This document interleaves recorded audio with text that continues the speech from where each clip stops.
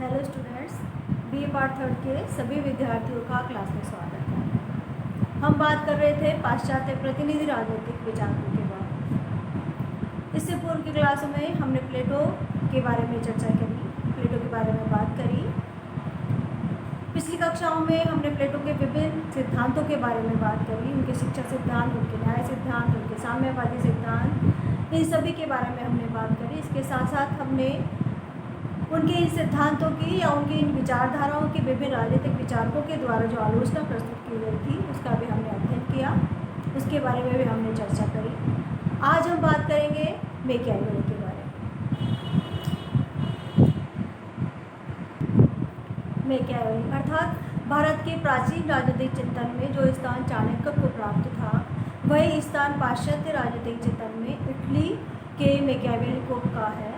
इस कूटनीतिज्ञ का जन्म इटली में पुनर्जागरण आंदोलन के अग्रणी नगर फ्लोरेंस के एक सामान्य कुल में 1469 में हुआ। आगे की बात हम इस मैकियावेली के इस कोटेशन से शुरू करते हैं कि राजा को तो राज्य की चिंता करनी चाहिए, साधन तो सदैव आदरणीय ही समझे जाएंगे और उनकी सामान्य रूप में प्रशंसा ही की जाएगी। अर्थात मैकियावेली का कहने का मतलब ये था कि राजा को तो राज्य की एकता की, राज्य की सुदृढ़ता की चिंता करनी चाहिए, राज्य को बनाए रखने की चिंता करनी चाहिए, उनमें चाहे किसी भी प्रकार के साधनों का प्रयोग किया जाए। अर्थात जो भी साधन प्रयोग किया जाएगा और यदि राज्य शक्तिशाली बना रहा तो उन साधनों को सदैव सही समझा जाएगा, सदैव अच्छा माना जाएगा और उनकी जो है प्रशंसा ही की जाएगी। तो इस कोटेशन के साथ मैकियावेली के बारे में हम ये जान सकते हैं कि मैकियावेली जो थे वो यथार्थवादी थे, वो सर्वोच्च शासन की बात करते थे या सर्वशक्तिशाली शासन या राज्य की बात करते थे। अब हम देखेंगे कि मैकियावेली युग का शिशु है और उसको उन साथ साथ उनको पुनर्जागरण का प्रतिनिधि भी कहा जाता है। अर्थात मैकियावेली अपने युग का शिशु इसलिए कहा जाता है क्योंकि मैकियावेली पर अब उनके जो युग का जो उनके जो उस तत्कालिक परिस्थितियाँ थी उनका प्रभाव उनके ऊपर काफ़ी पड़ा। उनकी रचनाओं में तत्कालीन परिस्थितियों का प्रभाव काफ़ी देखने को मिलता है और ये कहा जाता है कि वैसे तो सभी दार्शनिक या सभी राजनीतिज्ञ जो है तत्कालीन राजनीतिक परिस्थितियों से प्रभावित होते हैं, तत्कालीन राजनीतिक, सामाजिक, आर्थिक सभी परिस्थितियों से प्रभावित होते हैं, लेकिन मैकियावेली जो थे वो कुछ ज़्यादा ही प्रभावित हुए तत्कालीन परिस्थितियों से। तो जो 16वीं सदी में या 1469 में जब उनका जन्म हुआ तो कुछ समय पश्चात जो उनके आसपास का जो वातावरण था उससे वो काफ़ी प्रभावित हुए और उसके परिणाम स्वरूप उनकी रचनाओं में वो प्रभाव दिख पड़ता है। इसलिए ये कहा जा सकता है कि मैकियावेली अपने युग का शिशु है या उनको पुनर्जागरण का प्रतिनिधि भी कहा जाता है। इस संदर्भ में प्रोफेसर डनिंग ने कहा है कि यह प्रतिभा संपन्न फ्लोरेंस वासी वास्तविक अर्थों में अपने युग का शिशु था। मैकियावेली पर अपने समकालीन राजनीतिक, आर्थिक, सामाजिक और नैतिक वातावरण का प्रभाव स्पष्ट रूप से अंकित है। तत्कालीन समय में सामाजिक और राजनीतिक बुराइयों को दूर करने के उपाय अपनी रचनाओं में प्रस्तुत किए। अर्थात उन्होंने जो सामाजिक, राजनीतिक या आर्थिक क्षेत्र में जो भी बुराइयां फैली हुई थी, जो भी अनैतिकता फैली हुई थी या जो भी भ्रष्टाचार फैला हुआ था, उन कमियों को दूर करने के लिए उन्होंने अपनी रचनाओं में उसके उपाय सुझाए और अपनी रचनाओं के माध्यम से तत्कालीन परिस्थितियों के सुधार के लिए उन्होंने विभिन्न उपाय बताए। मैकियावेली एक ऐसा दार्शनिक था, ऐसा पर्यवेक्षक था जिसने अपनी तत्कालीन समय की परिस्थितियों को, राजनीतिक परिस्थितियों को, सामाजिक परिस्थितियों को, धार्मिक परिस्थितियों को काफ़ी गहनता से उन्होंने अध्ययन किया, उन्होंने उनको काफ़ी गहनता से समझा। इटली में जो तत्कालीन परिस्थितियाँ थी, इटली में जो राजनीतिक, धार्मिक क्षेत्र में जो भ्रष्ट आचरण फैला हुआ था, भ्रष्टाचार फैला हुआ था या जो धार्मिक संस्थाएं भ्रष्ट हो रखी थी, राजनीतिक संस्थाओं में भी जो है भ्रष्टता फैली हुई थी, उन सबको दूर करने के लिए उन्होंने जो प्रमुख रचनाएं रची, उनकी प्रमुख रचना थी प्रिंस, डिस्कोर्सेस और युद्ध कला। इन रचनाओं में उन्होंने तत्कालीन राजनीतिक जीवन की समस्याओं के समाधान प्रस्तुत किए। तत्कालीन जीवन में जो भी समस्याएं उत्पन्न हो रही थी, भ्रष्ट आचरण जो फैला हुआ था, पोप का जो भ्रष्ट आचरण फैला हुआ था इटली में, या ये कहा जा सकता है कि राजनीतिक क्षेत्र में पोप का हस्तक्षेप जो फैला हुआ था, इन रचनाओं के माध्यम से उन सारी जो समस्याएं हैं उनका समाधान उन्होंने इसके माध्यम से प्रस्तुत किया। उनके संदर्भ में सेबाइन का कहना है कि उसके युग का कोई भी अन्य व्यक्ति यूरोप के राजनीतिक विकास की दिशा में इतनी स्पष्टता के साथ नहीं देख सका जितनी स्पष्टता के साथ इसे मैकियावेली ने देखा। कोई भी अन्य इटली को इतने अच्छे रूप में नहीं जानता था जितना कि मैकियावेली।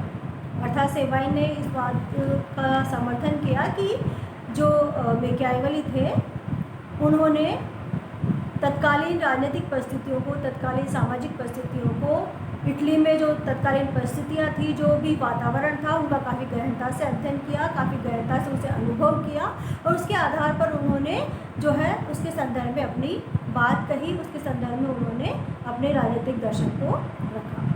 उनकी जो राजनीतिक दर्शन पे विभिन्न प्रभाव जो पड़ते हैं वो है पुनर्जागरण काल के। अर्थात उस समय जब पुनर्जागरण हुआ तो सभी जो परिस्थितियों में बदलाव आया था, सभी संस्थाओं में बदलाव आया था, उसके परिणाम स्वरूप उनके राजनीतिक दर्शन में भी वो बदलाव दिख पड़ते हैं। उनके राजनीतिक दर्शन के बारे में हम देखेंगे अगले स्लाइड्स में। मैकियावेली द्वारा प्रस्तुत राजनीतिक दर्शन की रूपरेखा। इसमें सबसे पहला है शक्तिशाली राजतंत्र की स्थापना। अर्थात 16वीं सदी में चर्च और राज्य की सिंधी सत्ता आंदोलन जो है वो पूर्णतः समाप्त हो रहा था और उसका स्थान केंद्रीकरण ले रहा था। अर्थात 16वीं सदी तक जो है राजतंत्र ने सामंतों की शक्ति और पोप ने कौंसिल आंदोलन की प्रतिनिधिमूलक संस्था का अंत कर दिया था। अर्थात कुल मिला के कहने का मतलब ये है कि राजतंत्र में सामंतशाही जो व्यवस्था थी उसको समाप्त किया जा रहा था और इसके स्थान पर राजा के हाथों में शक्ति का केंद्रीकरण हो रहा था। वहीं दूसरी ओर धार्मिक संस्था चर्च में भी पोप ने कौंसिल आंदोलन की प्रतिनिधिमूलक संस्था को समाप्त कर दिया था और समस्त शक्ति जो है वो पोप में केंद्रीकृत हो रही थी।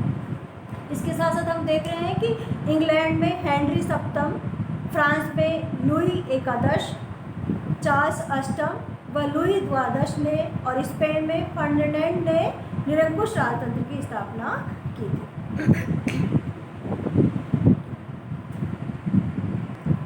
ये राज्य सबल शासकों के नेतृत्व में दिन प्रतिदिन शक्तिशाली होते जा रहे थे और सुदृढ़ होते जा रहे थे।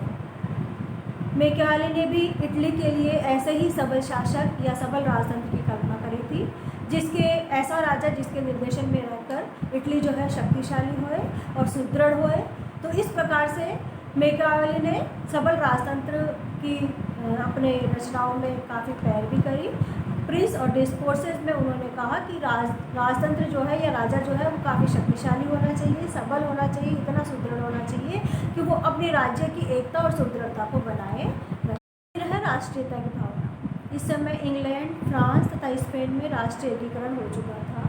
यहाँ के निवासी स्वयं को दूसरे राज्यों से पृथक मानते हुए स्वयं को एकता के सूत्र में बांध रहे थे और स्वयं को प्रगति की ओर ले जा रहे थे। ऐसी स्थिति में इटली जो है 5 राज्यों नेपल्स, रोमन, डची, वेनिस और फ्लोरेंस में बटा हुआ था। इसके साथ साथ इन 5 राज्यों में भी जो है आपसी विवाद उत्पन्न होते रहते थे, आपसी युद्ध जो है जब छिड़ा रहता था, आपसी कलह मचा रहता था और इन सभी चीज़ों का फ़ायदा पोप जो है वो उठाना चाहता था और पोप समय समय पर कभी स्पेन को, कभी फ्रांस को इस बात के लिए प्रेरित करता था कि वो इटली के आंतरिक मामलों में हस्तक्षेप करे। इटली में जो 5 राज्य आपसी विवाद से ग्रसित है उनके विवादों को दूर करने का वो प्रयास करे। इस प्रकार इटली में फूट, गृहयुद्ध और विदेशी शासन चल रहा था। अतः मैकियावेली फ्रांस की भांति इटली में भी शक्तिशाली राजा द्वारा एकीकरण कराना चाहता था और इटली में भी शक्तिशाली शासन व्यवस्था की वो स्थापना करना चाहता था। तीसरा है पुनर्जागरण। मैकियावेली का जन्म जो है वो ज्ञान और बुद्धि के पुनरुदय काल में हुआ था और पुनर्जागरण का प्रभाव उसके विचारधारा पर, उसके दर्शन पर काफ़ी पड़ता है और उसका प्रभाव जो है हम उनकी रचनाओं के माध्यम से देख सकते हैं। पुनर्जागरण काल में साहित्य, दर्शन, कला, राजनीति और विज्ञान में पर जो मध्यकालीन जो प्रभाव पड़ा हुआ था वो हट रहा था या उसके स्थान पर, मध्यकालीन प्रभाव के स्थान पर प्राचीन यूनानी और रोम का जो आदर्श थे वो स्थापित हो रहे थे। इसके साथ साथ पुनर्जागरण का जो है प्रभाव राजनीतिक क्षेत्र में पड़ा। राजनीतिक क्षेत्र में सामंतशाही के स्थान पर शक्तिशाली राजतंत्र की स्थापना की बात की जाने लगी, या शक्तिशाली राजतंत्र की स्थापना की पैरवी की जाने लगी। इसके साथ साथ राजनीतिक क्षेत्र में राजनीति को धर्म और नैतिकता से पृथक करने की बात कही जाने लगी। राजनीति को धर्म और चर्च से अलग करके देखा जाने लगा। धार्मिक क्षेत्र में जो चर्च और पोप के जो क्या कह सकते हैं कि जो विभिन्न अंधविश्वास फैले हुए थे उनको दूर किए जाने की बात थी, या उन पर अब लोगों का विश्वास उठ रहा था। चर्च की सत्ता पर से लोगों का विश्वास उठ रहा था, पोप के साम्राज्य पर से लोगों का विश्वास उठ रहा था, और लोग जो है पोप को और चर्च को अंधविश्वास के रूप में ले रहे थे और उसका स्थान पे वो तर्क को देते थे। वो तर्क के आधार पर बात करना चाहते थे, वो विवेक के आधार पर बात करना चाहते थे। तो इस प्रकार से धार्मिक क्षेत्र में जो अंधविश्वास फैला हुआ था उसका स्थान विवेक ले रहा था, बुद्धि ले रहा था, तर्क ले रहा था। व्यापार, कला और संचार के क्षेत्र में भी काफ़ी विकास हुआ।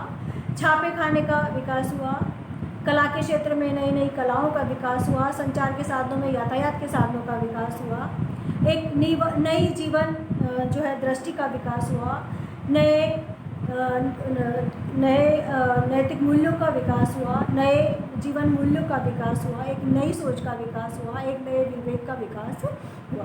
तो इस प्रकार से पुनर्जागरण में देखा जाता है कि पुनर्जागरण काल जो था उसने सभी क्षेत्रों पे अपना प्रभाव छोड़ा, न केवल राजनीतिक क्षेत्र में बल्कि धार्मिक, व्यापारिक, कला, संचार और जीवन मूल्यों पर, जीवन दर्शन पर भी उसका काफ़ी प्रभाव पड़ा। अर्थात जो पारंपरिक जो प्रथाएं चली आ रही थी, जो धार्मिक रूढ़ि विधियाँ चली आ रही थी, जो चर्च का प्रभाव चला रहा था, उसके स्थान पर अब जो है विवेक के आधार पर सोचा जाने लगा, तर्क के आधार पर सोचा जाने लगा, बुद्धि के आधार पर सोचा जाने लगा। तो इस प्रकार मैकियावेली के चिंतन में सामंतवाद के स्थान पर राष्ट्रवाद और राजनीति को धर्म और नैतिकता से पृथक करना था। तो इस सब का प्रभाव मैकियावेली के चिंतन पर भी पड़ा, और उन्होंने जो है राजनीति को, जैसे कि पूर्व के विचारकों के द्वारा राजनीति को धर्म से जोड़ा गया था, राजनीति को नैतिकता से जोड़ा गया था, उसके स्थान पर उन्होंने जो है राजनीति को धर्म से पृथक करने की उन्होंने बात। अगला है धर्म और नैतिकता। 15वीं सदी में पोप के विश्व साम्राज्य का स्वप्न नष्ट हो चुका था। अर्थात इससे पूर्व पोप जो है वो चर्च के माध्यम से या धार्मिक अंधविश्वासों के आधार पर वो ये सोचता था कि धार्मिक अंधविश्वासों के आधार पर मैं समस्त विश्व साम्राज्य पर अपना आधिपत्य स्थापित कर दूंगा। तो ये सपना जो है उसका पुनर्जागरण काल के बाद समाप्त हो चुका था। अर्थात पोप के विलासिता में जीवन और उसके कुकर्मों के कारण लोगों का धर्म पे से विश्वास उठ गया था, लोगों का जो है धर्म के प्रति इतना रुझान नहीं रहा था। अलेक्जेंडर षष्ठ का उदाहरण देते हुए मैकियावेली ने कहा कि पोप जो है वो पूर्ण विलासितापूर्ण जीवन व्यतीत करता है, अंधविश्वास फैलाता है, और वो जो है कभी भी लोगों के हित के लिए कार्य नहीं करता बल्कि वो स्वयं के हित के लिए कार्य करता है। तो धर्म और नैतिकता विरोधी मैकियावेली की यह विचारधारा अपने युग के नितांत अनुरूप थी, क्योंकि यूरोप के राष्ट्र राज्य फ्रांस, इंग्लैंड और स्पेन धर्म और नैतिकता से उदासीन होकर अपने स्वार्थों की सिद्धि कर रहे थे। तो ऐसी स्थिति में मैकियावेली भी इटली को पोप के प्रभाव और नैतिक बंधनों से मुक्त कर एक राज्य के रूप में देखना चाहता था। फिर है मानव स्वभाव संबंधी धारणा। तत्कालीन समय में इटली में मैकियावेली ने शासक, धर्माधिकारी, साधारण अधिकारी, प्रशासनिक अधिकारियों, जनसाधारण का आचरण जो है उसका काफ़ी गहराई से अध्ययन किया। सभी में उसको जो है भ्रष्टता नज़र आई, सभी के आचरण जो है वो सभी उनको स्वार्थी नज़र आए। उन्होंने देखा कि पोप और शासक जो है वो आपसी स्वार्थों के लिए लड़ते रहते हैं। साधारण नागरिक जो है वो पतित हो चुके हैं, उनका आचरण भी भ्रष्ट हो चुका है। वो सिर्फ स्वार्थ के लिए जो है बात करते हैं, सिर्फ स्वार्थ के लिए, अपने हित के लिए व्यक्ति जो है सदैव कार्य करता है। तो इस प्रकार मैकियावेली ने कहा कि न तो मनुष्य ईश्वरीय गुण है, न तो मनुष्य में ईश्वरीय गुण है और न ही नैतिक प्राणी वो है। तो इस प्रकार से तत्कालीन परिस्थितियों के कारण मैकियावेली की विचारधारा ये थी मानव स्वभाव के संदर्भ में कि मानव स्वभाव जो है वो झगड़ालू है, ईर्ष्यालु है। मनुष्य जो है सदैव अपने हित के लिए बात करता है। मनुष्य जो है सदैव एक दूसरे का विरोध करता है, एक दूसरे से घृणा करता है, भ्रष्ट आचरण करता है। तो इसीलिए उन्होंने मनुष्य के लिए कहा कि आपसे पूर्व जो धारणाएं प्रचलित थी या आपसे पूर्व जो विभिन्न विचारकों ने बात कही थी कि मनुष्य में ईश्वरीय गुण विद्यमान होते हैं, मनुष्य एक नैतिक प्राणी है, तो उन्होंने कहा कि न तो मनुष्य ईश्वरीय गुण होते हैं और ना ही वह एक नैतिक प्राणी है।